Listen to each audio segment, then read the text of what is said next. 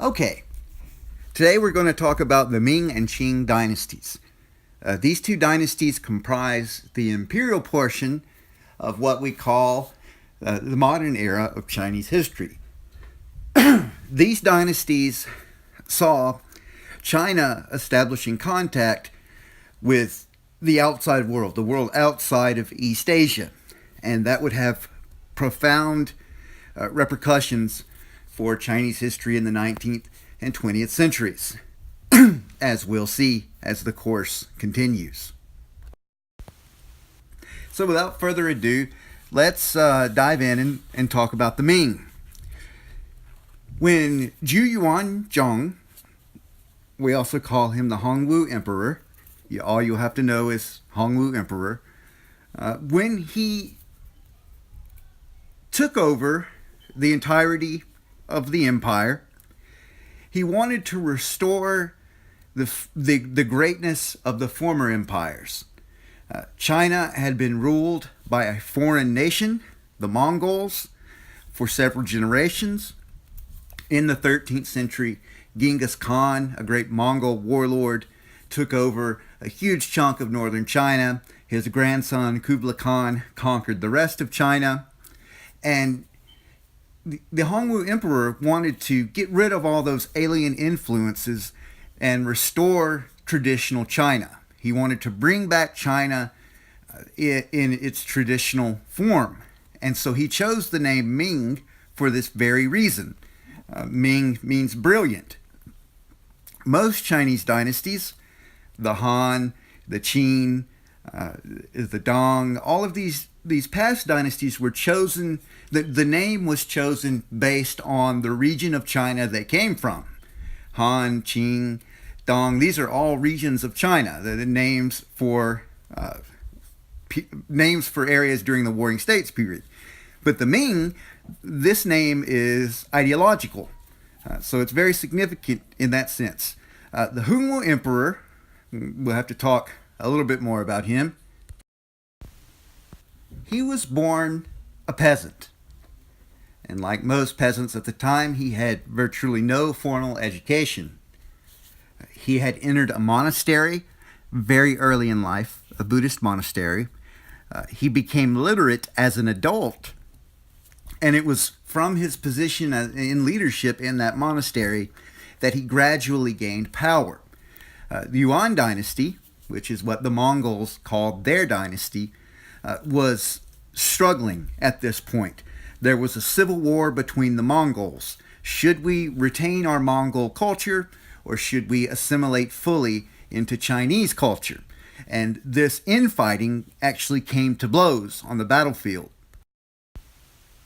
During all of this confusion, a group in southern China, the Red Turbans, which was kind of a popular religious movement, rose up in rebellion against the Yuan Emperor.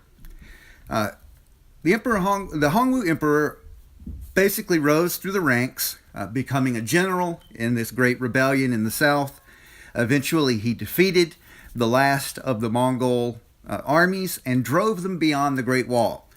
The Mongols had lived they were considered barbarians by traditional Chinese standards. They didn't farm. They didn't live in one place. They moved from watering hole to watering hole, taking care of their flocks of sheep, their herds of cattle, goats, and horses. And they were considered rude, uncultured, savage, violent. And so when the Hongwu Emperor drove them out, he wanted to erase every bit of their culture, from things like their food to songs that they had enjoyed, etc. So the Hongwu Emperor first established his capital in Nanjing. It was in the southeast, on the southeastern coast of China proper. Remember, that's the area where ethnic Han live. And it was far away from the Great Wall in the north and the steppe that lied beyond it. The grassland. Steppe is a word for kind of expansive grassland, S-T-E-P-P-E. And we'll talk more about that again when we talk about minorities in China. But over time, once the Ming gained strength, the capital was moved to Beijing because it was on the border. So during the period of weakness, when they were getting started, they had a southern capital. Once they had gained strength, they moved their capital north so that the emperor would always be on hand to deal with any emergencies that might occur if the Mongols broke through some part of the Great Wall. And just to make a point, the Great Wall historically has been extremely effective. We kind of focus on the points in history where the Great Wall had been breached. But whenever this happened, like with Genghis Khan, with some of the other great warlords of the Mongolian steppe, whenever this happened, it's because the wall was not properly manned. Usually the emperors were corrupt. They didn't have any interest in defending their country's borders. So the Great Wall never failed when the imperial government properly attempted to maintain it. So with this new capital in the north, the Mongols were checked by the heavy presence of imperial power. Over time, the economy began to grow exponentially. The Ming were aided by the same thing the same phenomenon that has aided Chinese dynasties throughout history and aids China today. China has goods that everyone else in the world wants. And the Chinese really don't care much for goods made outside of China. I mean, we have this today, where we import massive amounts of goods, everything from luxury goods to just basic consumer goods, while China itself doesn't consume a whole lot of manufactured products from us. And it's the same thing in this era. The major Chinese exports, porcelain, tea, silk, different medicines, these were highly coveted by the rest of the world. Fortunately for the Chinese, the Spanish, who had always wanted these goods, one of the reasons that they were trying to sail east was trying to get to East Asia, India, and China to get to the source of these highly prized goods. The Spanish had toppled several empires in the Incas and the Aztecs in the New World. And the massive amount of silver that they had procured from these empires was used to purchase huge amounts of Chinese goods. So because the Chinese weren't buying European goods, the Europeans were buying their goods, massive amounts of silver entered the Chinese economy. So essentially, the Chinese economy gained wealth by leaps and bounds. The average Chinese person began to grow wealthier and wealthier. Life improved and became better and better. And of course, with this improving economic situation and with the borders being secure from outside invasion, the arts flourished. Poetry, novels became extremely popular during this period of time. Romance of the Three Kingdoms, one of the most influential novels in the history of the world. We'll actually talk about that in depth during one of our lectures in the future. It was written during this time. The spread of opera, the spread of Chinese cuisine, experienced a renaissance at this time. And the population rose radically, looking at 50% growth over the course of the dynasty, which in a non-industrial society is pretty extreme. And just to note, these religious movements in the South, they were both Taoist and Buddhist. The White Lotus Society was one of the Buddhist sects that rose up against the Mongols, and I've already talked about the red turbans. If you look at this picture here, that's Maitreya Buddha. If you've ever wondered, you've been in a Chinese restaurant and you've seen kind of this fat Buddha, that's Maitreya. You pray to him, and basically he leads you to heaven. He hears your prayers. He guides you to the great Western paradise, where you can be reborn into your final state, which is being one with God. So now we'll take a closer look at Zhu Yuanzhang, the Hongwu emperor. Again, He was born into the peasantry with no formal education. At the age of 25, he finally learned to read while he was in a Buddhist monastery. His character was very interesting.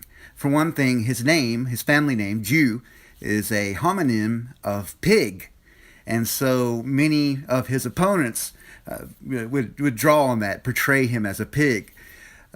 Also, he was considered extremely ugly. And you can see here in this portrait of him how he was portrayed by someone who was not fond of him. In fact, he had, on a whim, attempted to outlaw pigs in general, but once he cooled down, he rescinded this order. But he was very, very hardworking. He was very, very hardworking and also autocratic. He didn't delegate to his officials as much as previous emperors, and he tirelessly worked to restore the society. And he was a very, very controversial figure because of his gruff ways. You know, he was kind of plain spoken. He wasn't educated. He wasn't. He didn't use flowery language. In fact, when a scholar gave out an idea that he didn't like, he urinated in that scholar's hat. So,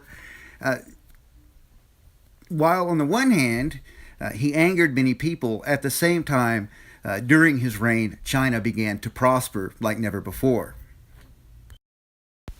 And just as he repaired the Great Wall in the north, he also built a huge 20-mile wall around Nanjing, which made Nanjing in the south the largest walled city on earth. So, with this new assertive outlook and this newfound confidence, the Chinese imperial state began to reassert its will over its neighbors. The Ming, over time, conquered all of those areas that had previously been conquered by the earlier Dong dynasty and then lost again. Parts of Afghanistan, all the way to parts of Afghanistan. They had resubjugated Vietnam. They had forced Korea to be there had been a campaign into Korea to force them to become a tributary state. And this foreign policy was very, very strident. It was very meaty. In fact, there was a problem with Japanese pirates, Waco pirates, and with these pirates were taking advantage of kind of the decentralized government in the Ashikaga shogunate in Japan, and they were raiding the Chinese coast. So the Hongwu emperor sent a letter to the Ashikaga shogun, and he said, "You stupid barbarians, living so far across the sea, you are haughty and disloyal. You permit your subjects to do evil." And it's important to note here that he called them disloyal, meaning that they should show him loyalty, even though he's technically not their emperor. From the Chinese perspective, the emperor is the emperor of the entire world, and the only regions he doesn't control are those areas that are not civilized, which is saying something very negative about Japan and the Japanese. And this sense of China kind of being the proper government for the whole world is it's emphasized in this tributary system in which the kings of neighboring societies, Korea, Vietnam, would have to pay tribute to the Chinese emperor, acknowledge his overlordship, and they in turn might, the Chinese emperor might in turn provide them with special trade goods or with a Chinese princess, which were highly sought after by rulers of foreign countries. If they met the emperor, they would kowtow, they would bow down and bang their heads lightly on the ground, usually around 3 to 5 times. And this was a sign that the Chinese emperor was their rightful overlord. And this little exchange here is significant. Since our empire owns the world, there is no country on this or other sides of the seas which does not submit to us. The sage emperors who followed one another had the same regard and uniform benevolence for all countries far and near. You, Japan, are our eastern frontier, and for generations you have performed tributary duties. The longer the time, the more respectful you have become. Basically, from the standpoint of the Chinese imperial government, as they submitted to it and accepted the sovereignty of the emperor, Chinese culture began to civilize them. This is what they were thinking from their point of view. The Japanese had a completely different perspective, but that's neither here nor there. The Chinese considered themselves to be the preeminent civilized society, to the point that civilization and China were synonymous.